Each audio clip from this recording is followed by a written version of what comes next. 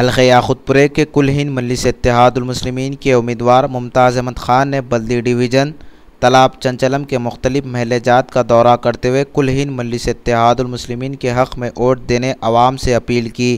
आवाम की जानिब से ज़बरदस्त इस्तकबाल किया गया, जगह जगह गुलपोशी की गई। इस मौके पर मजलिसी उम्मीदवार मुमताज़ अहमद ख़ान के हमरा कुल-हिंद मजलिस इत्तेहादुल मुस्लिमीन के कॉरपोरेटर वजाहत अली ख़ान, सरगर्म मजलिस के कारकुनों के अलावा लोगों की कसीर तादाद मौजूद थी।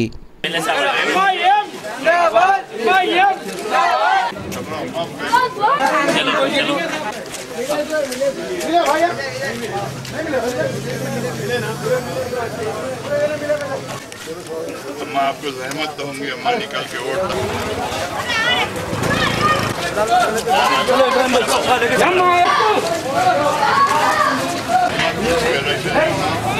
ये महीने की मजलिस आपकी जमात है। असदुद्दीन अवीद साहब पार्टी में दो मशीन होंगे मेरी अम्मा। के लिए खड़े हुए हैं, मैं मिलने के लिए हूँ।